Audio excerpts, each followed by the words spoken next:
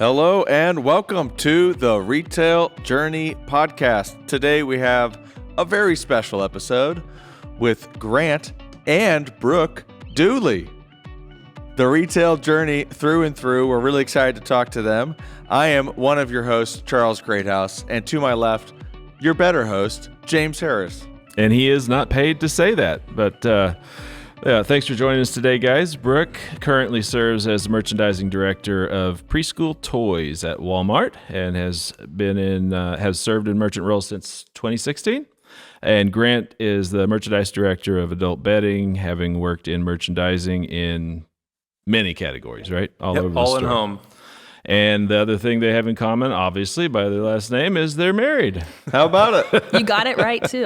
We should have prepped you, but you nailed it, so congrats. I'm proud of myself, too. LinkedIn tells us a lot.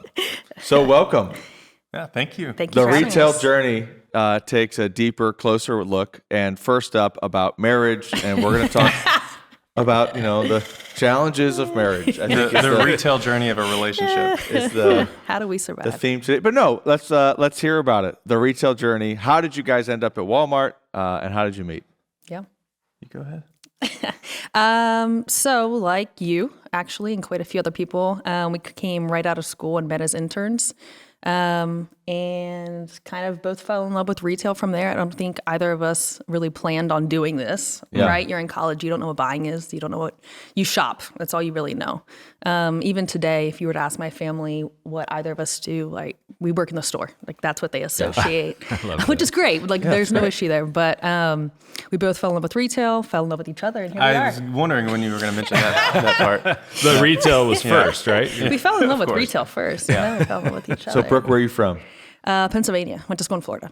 Okay. Yeah. So Pennsylvania, Florida, Arkansas. Did you know where Arkansas was when you found out you were getting an internship at Walmart? Or I did. Yeah, no, I did. so I know some people are like, "Where is that?" I have to. I was pleasantly that out. surprised. I mean, obviously, Northwest Arkansas has changed a ton. Yeah. But it was really great when we both got here. And when did you get here? I interned twice, actually, and the first summer would have been 2013. Okay. And it was a great community then, reminded me a lot of Pennsylvania. Have always known we wanted a family. It's very family focused and family friendly. And it checked a ton of boxes for us. And then we were both really, really lucky in our internships to have incredible people around us. Totally. And to be really honest, that's why I think both of us decided to come to Walmart. Yeah. And, at the time, you can speak for yourself, but Grant probably wanted to leave Arkansas. He was born and raised in Arkansas. That's all he knew. Okay. And he, honestly, we probably wanted to switch. He's like, let me get to New York go to Florida to or- Dallas, right? Yeah. And I was like, all right, I've kind of traveled and I'm done with that. But fortunately, our jobs allow us to travel a ton. So Love it. Yeah. Grant, so where are you from? I am from DeQueen, Arkansas. Small town, southwest corner of the state. Yep. Ended up going to college in South Arkansas, about 2 hours from there in Magnolia, Southern Arkansas University. Went there to play football, and then about 3 years in, realized I'm probably not going to go to the NFL. and you get hurt a lot, I get hurt a lot. as do our children.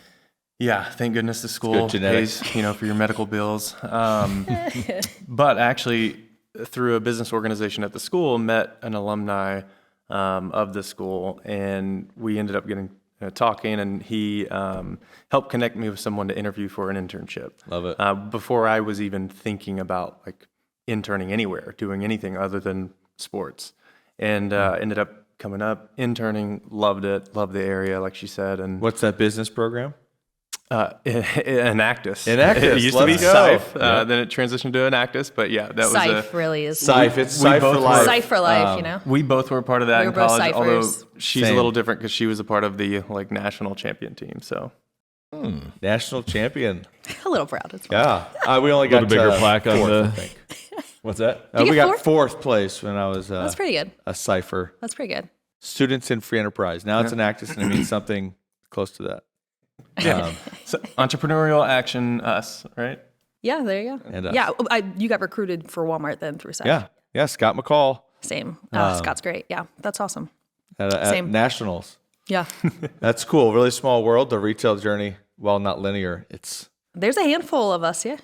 yeah, quite a few. It's been good. You learn a lot of skills that are applicable insight to what we do today. And the internship at Walmart, kind of, notorious. That may have been the first time you met Twyla Brooks, who was recently on. Yeah. Because there is the softball or baseball game with interns and execs. I don't think I got invited to that. I see it every year You had now. to be really special, yeah. Yeah, seriously.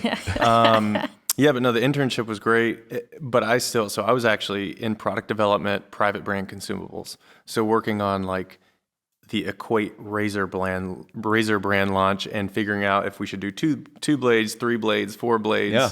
What was it? 3 blades. 3 blades. But anyways, so and then like Equate sandwich bags, things like that. So I actually left that summer not really knowing what a buyer was still. Yeah, I was so Yeah. kind of in my own lane and working on my projects that I still left kind of ignorant of like the total broader structure.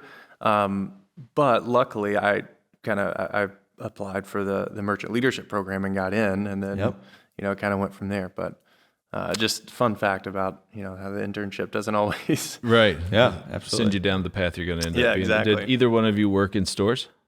I did, yeah. Briefly. So my first internship was in electronics, and very different experience. I was essentially, I'm kidding, but locked in a closet for the entire summer and asked to capture. It was just short of 4 million data points that I had to capture. It was myself and this guy We're going named to really Terrence. recruit Brooke to Walmart. Put her in a closet. And I loved it. And it was a grind, but it was good work, and we ended up using it to completely rehaul space adjacencies in the store.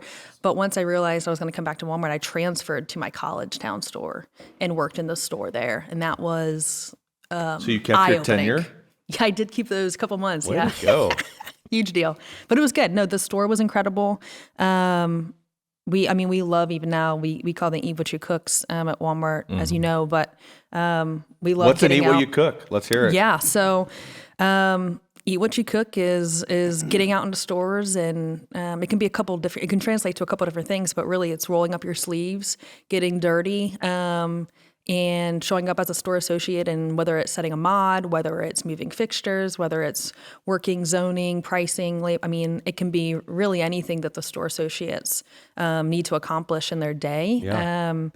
But it's fun because you learn a ton. It really completes the cycle. So the decisions that we make, you see how they trickle downstream, and we figure out when we do well and when we made stupid mistakes that end up ultimately costing time and money for the company. So when I was at Walmart, I was in replenishment, and I went over to store 100 for Eat What You Cook. And the department manager said, "Oh, okay, you're here. Oh, you coming from home? Okay, Eat What You Cook. Got it. What do you do?" I said, "Replenishment in domestics." She goes, "Follow me."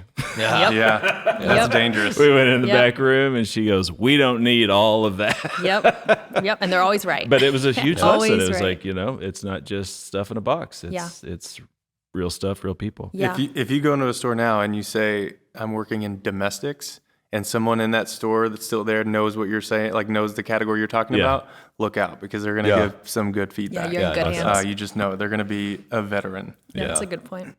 Yeah, that was a while ago. But yeah, and then on the eat, but it's You're old, I that's why. remember. Yeah. Anyways, so, but the Eat What You Cook, it's also a way for us to kind of be held accountable for the totally. decisions we're making. Yeah. If we're making all these changes in kind of an insulated space, and it's just us working on the numbers, working on the layout, the packaging, and everything's perfect because Squeezing as many items as you can. exactly. If it fits in pro space, then it's going to be able to fit in real life. Yeah, and we're making all these great assumptions. Always. Until you eat what you cook, and you're like, oh. Always. Yeah. Okay. But then you go to the store and you actually see it come in the box and open the box. And, there's been cases where just opening the box with a box cutter, you're like, I've just damaged the product. crap, Yeah. like we didn't put it in here right. Like we didn't get it shipped right. Or this is in a different pack size than we thought it was. Or the shade of this packaging is actually a completely different yellow than what we agreed to. So Or betting, it's drawn in this dimension, and the reality is it's exactly. about this much bigger. Or the worst case scenario, it doesn't actually fit on the mod. And then you're like, wow, good thing we did this. Yeah, that's a good, I know we're going to get into a lot of great topics, but I think one thing that we've talked a lot about prior to is just trust with our vendor partners. And I think, you never want to be in an eat what you cook or walking a store and find something you didn't know about, right? Like that's the worst as a merchant. So some of our best vendor partners help us get ahead of those things and give us visibility and over communicate. But I know both of us have walked into stores before and have just found some really disappointing or, egregious things that never should have gotten there and could have been avoidable. But it happens, in toys, most of the buys that I'm making are off of prototypes. I'm not playing with a finished product when I'm making a buy because it takes every single day to get that item to the store on time. Yeah. So I got to make decisions really far out, and a lot of categories are like that. So it's an interesting experience, but it's time really well worth spent. And both of us have brought our vendors into stores to do those with us, and those are probably the best. I bet that's powerful. Well, those if those you're are a the vendor best. out there, ask your merchant. Yeah. Can we eat what we cook? Can we go? Can we do a store walk? Can we do a store visit? Can we be a part of the eat we what set you a cook? mod? Yeah. And if not, or you can't get a hold of somebody, just go do your own. Be there when the product's setting at a store somewhere, and be ready to just give transparent, notes and feedback on your findings. Yeah, great segue, because we are talking about how suppliers can build great relationships with retailers. So remove some of the mystique from it, for the listeners. What are simple, tangible things that suppliers can do to really start developing that trust with their buying team? Yeah, I think there's a lot of advice out there and a lot of books you can read and a lot of coaches and a lot of consultants and they're all helpful. But it really is pretty simple. I mean, the most important thing is it comes down to trust. Can you trust your partner and that they're going to do what they say they're going to do? Can you trust what they're saying, what they're selling you? And I think a big way to win that trust is to make sure that your buyer should never learn anything before you do, if that makes sense. And be transparent. Like if you have an issue, if you notice an issue somewhere in the supply chain, somewhere in the store, somewhere with the product quality, just reach out. Make sure you're the one that tells us rather than us finding it, because I promise you It'll be found. That's a much worse scenario. And even though it's a bad situation, if you come to me with that information, I immediately know that you're someone I can trust and that you're someone I can count on. I may be disappointed in how it happened, but you helped me find a solution to it, and you called it out to me, and that way we can solve it and fix it for the customer a lot faster. Then that helps to build trust immediately. Yeah. Well, especially the long lead time spaces. If you've got an issue and you don't find out until it's supposed to be on shelf. Bed sheets are large and they take a long time to weave. So we need to find those quickly. Right. Yeah, I think a lot about value creation in general. So there is not a merchant at any retailer, I would imagine, that has an abundance of time. Retail is changing. Retail is accelerating somehow. I don't know how we can go much faster, but we're finding ways to do that. And there's a lot of things, resources and tools and data that is encouraging us to do that. And that's really exciting, but we have to be more efficient, bottom line. Yeah. And, for us at Walmart, we've got this, big competitor that we respect a lot, but we're also really hungry to get after. And we can't do that with how we operate today if our vendors aren't coming to us with faster ways to solve problems and really focus points of view. So I think for both of us, especially if you think about first-time vendors pitching into Walmart, or maybe you've pitched a couple times and you've landed a couple items, anytime that you can make it easier for us, thank you, Easy right? button. It doesn't mean it's going to be a yes, but I'm going to have a really thoughtful response that is either going to help you the next time you present an item, or it's going to help you further develop and craft whatever you're working on, or I'm going to say yes, and you're going to come in if you've got that item that we're looking for. But I think once you have the item, it's really about, clear, summarized data. Help us understand the why.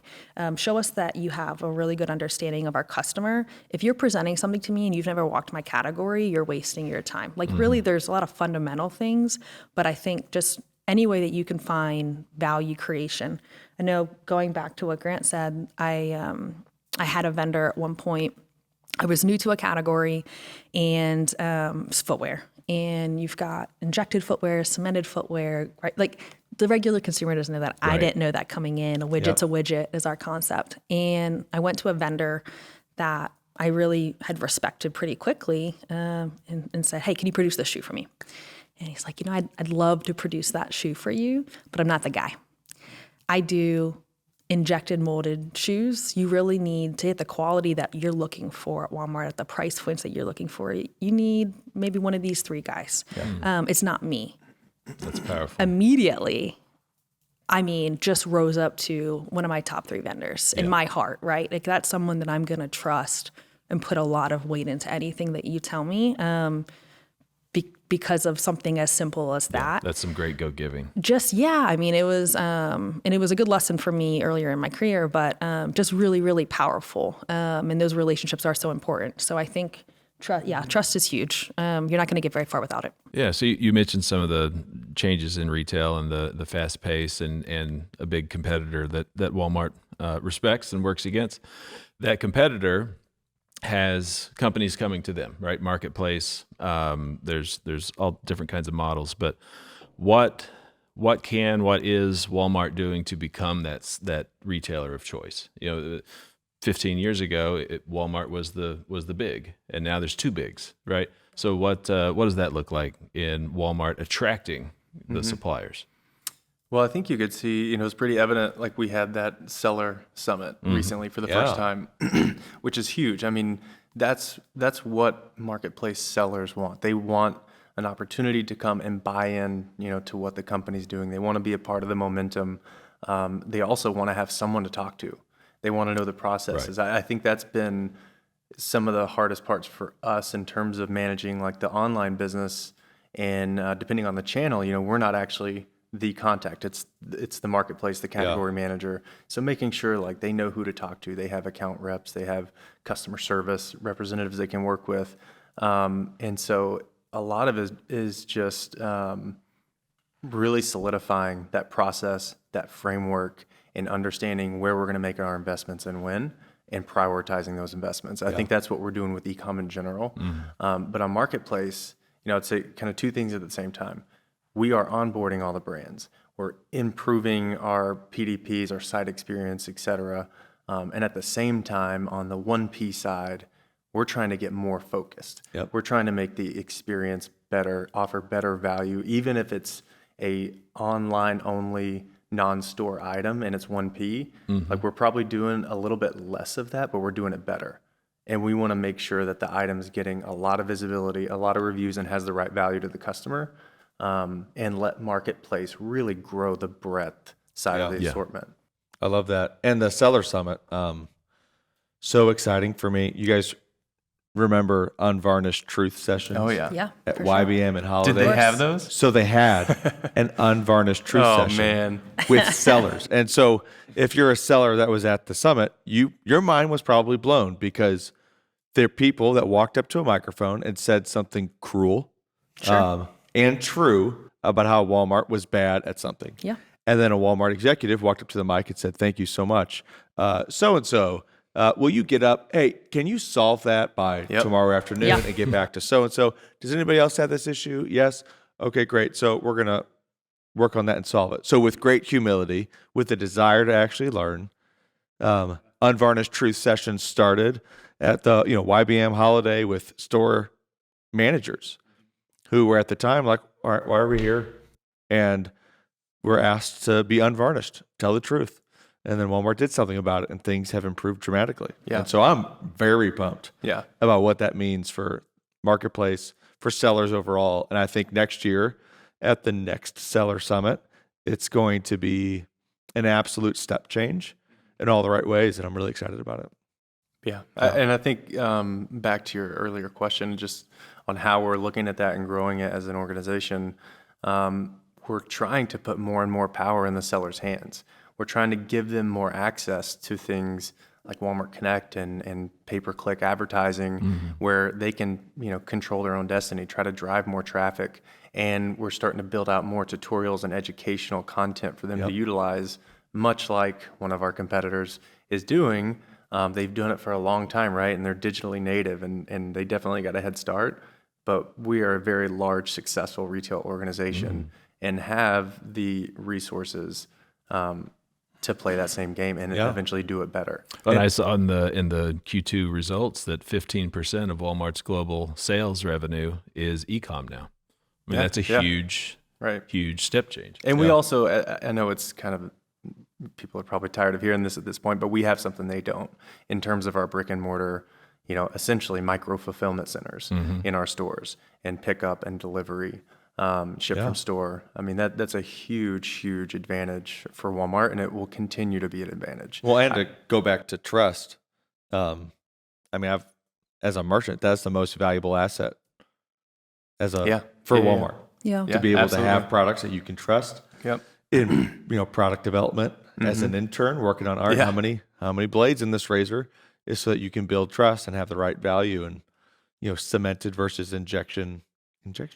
Yeah, you nailed it. Sure. Shoes about now trust, you're gonna start taking your shoes apart. quality. Well, and it's also both of us have done a lot of work in private brand categories. Yeah. And so we, most of our work has been around the product development life cycle of a product, launching new products, trends, colors, qualities in private brands, and all of it is with the goal of gaining the customer's trust. Totally. And when you think about that from the supplier's perspective, like, we talk about how to develop a good relationship with Walmart or how to gain Walmart's trust. Like, first of all, sell us a great item. You can be the greatest salesman in the world, but especially at that limited store space that we have, it's got to be a great item first and foremost. Yeah. And so, it goes back to earning the customer's trust through the quality, through the assortment that you have curated for them, because that's what we're doing, and it has to be the right item. I can't stop thinking about that 15%. It just is not big enough. It's not big enough, but it's significantly bigger than it was. It is. Yeah. It just is not where it needs to be. And I think it's coming, right? Like, there's so many investments, and we're getting better every day as an org, and hopefully a lot of the vendors see that, and there has been really good input and feedback, and we hear all of it. And I think as merchants, it's really easy to get frustrated on some of the non-controllables. But the one thing that we can do as merchants that hopefully most vendors are seeing to build that trust and to be, the retailer of choice are transparency. So both of us pride ourselves in Two-way street. And there's no sense in wasting anyone's time. So transparency is really, really important both ways. I would say, kind of to piggy on that, decisiveness as well. Yeah. And I would say, as a vendor, appreciate the no's as much as the yeses. I'm much more inclined to tell you you're headed in the wrong direction quickly, even if I respectfully stop you halfway through your presentation, right? Right. Not Learn always, from the but no's. sometimes, you have those situations where sometimes we really should stop. Doesn't benefit here. anybody to bring in something that doesn't work. It doesn't, and let's be collaborative, and let me try to help you, re-steer the ship. But so I just think those two are so important. And then I would say the other one is we really want to help vendors be disruptive. So we try as much as we can to ideate and share product ideas. We work a ton in private brands, but that doesn't mean that we're going to hold everything to our chest. I love working with big vendors to create new things that we're excited to present to our customers. And I think if we can do some of those things better than other retailers, I have to hope, as a merchant, those are things we can control. Yeah. I have to hope that maybe in some rooms that gives us an advantage. Have to hope. Great. But the rest of it's kind of slowly coming. So retail journey, high impact, we like data, big part of what we do and what we think about. Both of you come from are in categories at the moment that, while you've got a lot of rich Walmart data, your internal data, the external data that you might have in dry grocery or consumables, it's not as prevalent. How do you coalesce the limited amount of external data to help inform the decisions that you need to make? Yeah, that's a really good question. It's funny also because Charles actually taught me Retail Link back in the day, when I first started my journey. Are you talking about DSS or are you talking about Retail Link? Oh, yeah. Because that's a pet peeve. It was Retail Link training. Okay, broad. So there was and multiple things most of covered. it was focused on DSS. Yes. Okay. Yes. But the course was called Retailing. Yeah. I remember they updated the page once the morning of me teaching a retailing class. Yeah. I came in, I'm like, oh, I've never seen this Yeah. Yep. before. Everyone thinks you're phoning. I'm here to train you. It's going to be great. Yeah, I would say so. The good news is Walmart has had a best-in-class, data center for a long time, for decades in Retail Link, and Despite the fact that I was doing With you at the helm of and training. we have Thank you. obviously most of the country shopping our stores every week, and so we have our internal POS data is about as good as any market intelligence that you can get, right? So we have a good starting point. But you're right, as things have developed and progressed in grocery and consumables, in our GM categories, it has been a little slower to develop. And I've worked hand in hand with some of these people that are like the associates that are building these tools, and I see exactly why it's so hard to implement in GM versus some of those other categories. But we are continuing to make those investments. And for example, right now, I'm utilizing I'm on paternity leave right now. So you're not doing much of the utilizing. But right before I left, Congratulations. thank you. We've been utilizing a lot of kind of smart draw systems for our modulars, and so I'm really excited about being able to be a lot more localized, even in our like bedding businesses, because that's going to be a big change for us and a huge benefit to the customer once we unlock that capability. We're using things like Luminate, and we're Luminate, having, huh? Luminate. Oh, wow, yeah. I've heard of that. And I think for us right now, the key is to know what you need to find. Yeah. So if there's a certain customer insight out there, demographic data, income level, whatever it is, I think that's kind of where we can start now, and we can find the tool to go find that information. Whereas, the difference right now, maybe in some other categories that have all this national and global data, they can kind of start from anywhere, and people are bringing them insights. All of the CPG companies have access to these tools and beyond. And so for us right now, it's more us as it's kind of the hunter versus the gatherer. But it's coming along, and they're continuing to make investments in those tools. Have you seen some of your suppliers start getting into the Luminate data, and how's that conversation gone? I have actually. My first supplier I had a supplier that signed up, and they're the first supplier partner Illuminate in my area. But then I went on leave, and I haven't gotten a chance to talk to them about it. So real excited to come back and see how they're doing. And not to just belabor the point, but because I know that I talked specifically about the data there. But like I said, we've both been in kind of fashion, trend-driven categories, quality-driven categories, private brands. So a lot of it is just getting out, talking to the customer, going to markets. It is a much more subjective category. It's very subjective. Fashion trend, the fashion colors, and our color and product teams do a great job of saying, here are the trends for next year. So like if you want to bring in this blue dinner plate, it needs to be either this blue or this blue. And so that, at least kind of helps us Yeah, guide there. and for vendors, there's a ton of really great trend service companies that you can work with. Be thoughtful in what you're curating. So before I came out on leave, I had a vendor show us a kitchen set that was kind of like a unique blue, trendy blue. It had gold trim details, and it had a little bit of a loud herringbone. This is a toy backsplash. kitchen set, It's a right? toy kitchen. Sorry, I didn't shift it home. Set, huh? No, sorry, toy kitchen. It had 3 points from an attribution standpoint that I would classify as trend. That's too many, right? At Walmart, at most mass retailers, you're trying to hit 8 out of 10, 9 out of 10. Consumables food, 10 out of 10, right? Like you're trying to hit as many people as you can in store. We've got our long tail online, and we're going to cater to that. But in store, that's valuable space.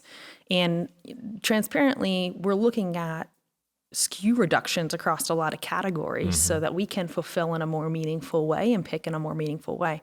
So when you're showing me an item that's got 3 trendy, risky kinds of details on them, that's a miss. And something that had you had a better hand on maybe some trend services, who we are as a company, what we're trying to achieve, what are the productivity figures that you need to hit to even be in store? Do you know dollar productivity we talk a ton about as merchants. So the trend services, can't really be understated. And then at the end of the day, as merchants, we're paid to have a gut.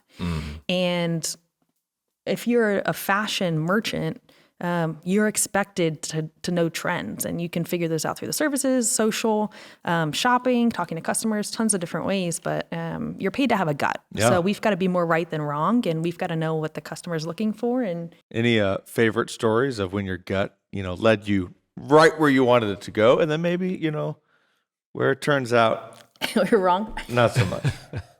The gut was wrong. And since Brooke is taking a drink, Grant obviously has to I got to think here. go first. When were you wrong? Rarely.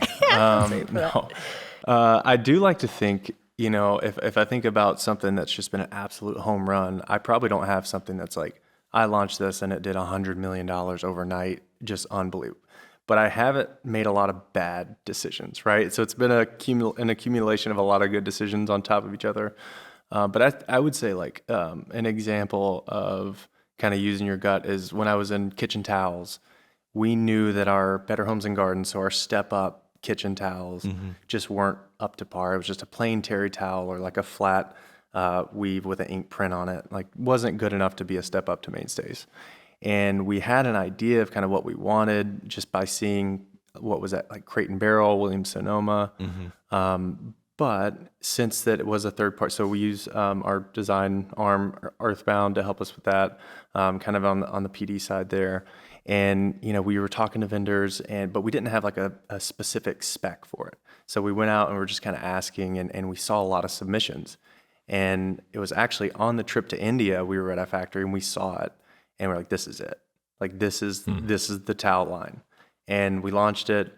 Ended up double-digit growth. Let's go. Yeah, it was great. Better margin, better product, better quality, and so that was just something I was pretty proud of. But yeah, it was one of those things where like there wasn't really a data point to tell me that that's what's going to happen. Yeah. It was just kind of you have the right people in the room, and you're like you all agree like this is a pretty awesome freaking towel. So there's data that led you to knowing you needed something. Yes, exactly. And then you got to look around the corner. That's where the your data gut told is us where our opportunity was, where we needed to improve, Yeah. and the market told us where the white space was. Yep. Yeah, love it. And then, my just genius intuition. No, I'm just kidding. It's great. No, actually, the supplier showed us exactly what the product should be. Yeah. Yeah. I think in apparel, there's been a couple times where I've over-engineered something. You get so excited about offering the customer better quality. And sometimes that's not what they're asking for, you know? And it still might be an incredible value, but maybe it's $7 and they needed it to be $4, you know? And there's a couple of times in apparel where, and they weren't, necessarily huge buys, but we overestimated or overdeveloped something and probably didn't listen to the consumer well enough. I think the most fun and exciting item, and I love key items, like key merchant. Learned that from Don Lavelle and apparel, like absolutely love finding key items and driving them until you've bought too many and the next merchant's marking them all down. It never happens, right? Yep. But I would say Jojo Siwa, when I was in girls' shoes, was just kind of rising, and the vendor was in my ear, and Jeff and I have a great relationship, but Jeff was just like, Brooke, look at this trending on social. Like, look at these numbers. It's similar to whoever from before. Let's get after it. And I just kept saying, no, have you seen these shoes? They're loud, obnoxious. No one's gonna I'm like, this is too much. And I just kept saying no, and he was persistent. And he kept coming back to me with new data, and he wasn't rude, right? Like he wasn't in my face about it, but just like, I really think there's something here. And finally I said, okay, let's buy some. Blew out. I mean, we were talking, some stores were selling 200 in a week, Wow. which in footwear is insane. Yeah. And we had such a great relationship, and he's like, let's get after it. And we sold 1 million pairs of those in Q4 that year. Oh my gosh. And the only reason it was possible was really because that vendor stayed on it. And then Don let me spend a lot of money, and they shifted production lines in multiple factories to accommodate what we needed to go do and prioritized us at That's Walmart. trust both ways. Both ways, because I shouldn't say all too often, but sometimes we have to cancel things, or we have to cut back, or we have to push them out. And those were really big quantities, and it could have went south quickly. I mean, licensed product. Yeah. We've all been around licensed Extra product. risk. We have Yep. kids. They like it one day. They don't the next. Yeah, you remember Duck Dynasty? Yeah. Nice. Well, and so often, you have this baseline, you say, well, let's get it 10 or 20% better. And a lot of times that's the right thing to do. Other times you need something brand new. I remember, one of my first retail experiences was in selling into Walmart in the luggage category. So we looked at it and said, okay, well, it's $14.88. So can we do a 16 or should it be a 12? And the merchant at the time, Sean Townsend, he said, we're going to do a $10 carry-on. It kind of planted the flag, and it took a year, I think, to really get it tooled and find the pieces. And I think we sold 10 million. Incredible. It was But how great to millions have that of- direction, that clarity on, we know what we need to go do. We know what the customer wants. We know what Walmart wants. But it was new, and it was divergent Super from what disruptive. had been before. Yeah. And Walmart's Yeah. built on stories like that. Super as, disruptive. As someone who's worked under Scott McCall in the past, Yep. I could tell you 15 different stories of where we went through a walkthrough, and it was, we're going to sell 1 million units at $16.97. He's like, no, you're going to sell 2 million units at $10. Like, So good. And it was always inspiring, and at the same time, it was a challenge. Like, maybe you don't actually get there, but you work like, to get there. And so it's always inspiring when you hear those stories. Yeah. What's next? How have suppliers that you've worked with, and let's kind of, there's going to be dominant players in each of your categories, and there's going to be the emergent ones that maybe, correct me if I'm wrong, that bring some of the newer ideas, right? How can some of those smaller, emerging, mid-tier, how can they, along with a great product that's at a good price, how do they bring you into the story if it's something new? Walk us down that road a little ways. Yeah, I think show us you have a really clear understanding of the category and the market. So what is everyone doing? I definitely want to understand Target and Amazon as a starting point in toys, but help us understand that piece. If you can come with customer insights you've already pulled together for that item, it helps. If you can benchmark your item from a quality standpoint, that really helps. If you can give us visibility to cost componentry, that helps, right? Even something high level, it doesn't have to be down to the grommet on an item, but if you can give us something there that helps. We mentioned it earlier, but be brief, summarize. You don't need to drag things out. If it's a hero item, let's get to it. I think those are all a good starting point. Yeah. I love it. Yeah, and I think, take advantage of complacency from the larger vendors. If you're studying a category and you realize, man, this thing's been on the mod for 10 years, like, I bet I can do it better. There's got to be a better way. Yeah, there's got to be a better way. Or provide something that's very different. Like, if you're a smaller supplier or wanting to break into a category, the truth is you're going to have to take some risk and try something very different. Because, like Brooke mentioned earlier, like, no merchant at a retailer has a lot of time. Yep. And so to take a meeting or to take a phone call, to take a presentation, it's got to be something like, there's got to be an incentive to take it, right? There's got to be a chance that we could make, a difference in our business and a difference for the customer to take this meeting. So come with something exciting, something different. And even if you're a little uncomfortable, if you have the data to back it up, you have the market insights to support it, and you've studied our categories and our assortment, like, bring it. I love it. Be aggressive. Start with trust on the one side. Make sure you're studying the customer, bring the customer to the center all the time. Use data where you can. And at the end of the day, you got to look around the corner. Yeah, and use data that you don't think we've seen, right? Sorry, and I know we're probably moving to a different topic, but No, that's great. I think, like you said, in some of our categories, internally, we haven't had a lot of access to market and customer insights that we desperately wish we had sometimes. But suppliers have surveys and services that they've paid yeah. for, or that national syndications have paid for, and bring us that data. Show us that it's unbiased data, and that it, the story that it tells, and that it clearly points to like why you're showing us this opportunity. But I would say that's a huge way to kind of set yourself up for success, is to bring us that data that we may not have access to or haven't seen yet. I love it. Yeah, most merchants are really focused on share. And if you can access good share data, especially if you have something that's already existing in the market that you're trying to get a Walmart merchant interested in store, summarize the size of the prize, right? Like, make it really easy for us to say yes. If you can come in and say, I'm doing $5 million in the market, your fair share is 2+, like, I'm going to listen to you pretty quickly and decide where that needs to go. So I think if you have the ability to do that, which not everyone will, but it's going to be appetizing for most merchants. Size of the prize. And think about the next level of that. Not only make it easier for us to say yes, make it easy for us to get our bosses to say yes. Right. Yeah. That's the thing that suppliers forget, is that we have leadership that we need to also present these ideas to. And if we don't have the necessary data to back it up, if we can't convince them 100% that this is a good idea, then it was kind of all for nothing. Yeah. So, well, we are just about out of time, but to maybe wrap things up, what in 2024 are you most excited about in the business? I think for me, I'm really excited about it. It feels like there's a tremendous amount of momentum. So I think that's just really exciting. We're going to be solving some really big problems. Retail's not going to slow down.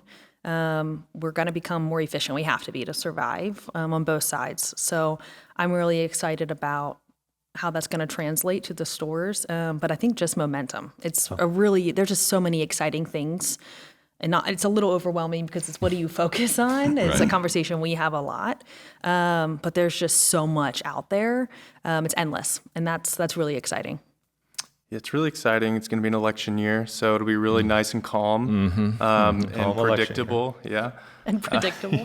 When you see your sales down on voting days, it's because people are watching debates instead of shopping. Yeah. But I think it's also, I think she kind of stole my answer when she said solving problems. Like, there's big problems that we're solving, right? We're in the process of solving.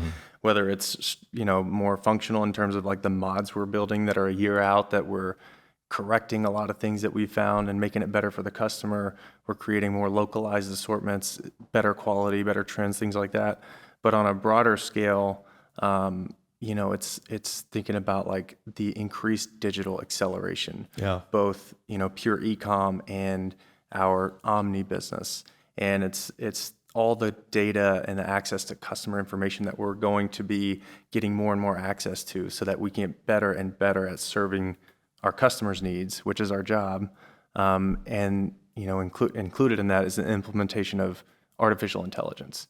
And how much is that? I know it's scary, but it's also going to help us tremendously in it could even just be in automating some of the tasks that we have to free up our ability to dive into more meaningful work and more customer insights. And so I think we have so much momentum behind us and more access to things to be able to solve these big problems for our customers. So another lightning round question: how do you de-stress and relax? Dooley's? With our 3 kids? We'll get there eventually. Yeah, 3, 5, and under, there's not a lot of de-stressing. TBD. Yeah. Grant's great about getting into the gym. He's aspirational. For me, that's going to be my to-do, to focus on just fitness, health and wellness. Yeah, take vitamins. Super important. Good work. Brooke's unique in that her working is like her de-stress. Like it's just how she's wired. For me, I need that kind of time. I love to work, and when I'm there, I'm focused and driven and working hard, but I love to take lunch by myself, right? I love to just decompress. She loves to work through lunch because that's kind of energizes her. But then 3 kids at home, we don't de-stress a lot. We love the lake. There you go. We get out on the lake. There you go. Lake life. Yeah. Love Beaver Lake. What's on your reading list? Long reading list with. I just started My Life in Full. All right. by Andrew Newey. Yeah. We read a lot of what are the Piggy and the Elephant books. And we do a lot of that. We have the full set. Bought it at Sam's Club. It's really good value. It was a great value. No, I'm actually I want to start reading more fiction. I never read fiction books. I'm always reading things like Atomic Habits, How to Win Friends, Influence People, business books. and then a few other things like Thinking Fast and Slow, things like that. Essentialism, a lot of great books. But I've noticed that those books now, and I feel like I've learned a lot through them, but now it just makes me like overthink everything and like, okay, I read this book and I need to apply all this. And now I read this book and I need to apply all this. Overlapping frameworks. Yeah, and now I think it's time for me to just read something about like a piggies and elephants. mythical creature, Yes. conquering some kind of quest, and just love that. Once again, go back to de-stressing and love it. take my brain out of it a little bit. And engage that right side of the brain a little bit. Yeah, exactly. Well, thank you both so much for joining us today. It's been a really great conversation. Yeah, Thank you for having us. It's been thank fun. you. Absolutely. It has been fun. More fun than I thought. That's good. And thank you all for listening. As always, you can join us on our website, highimpactanalytics.com, or anywhere fine podcasts are downloaded. Thank you very much.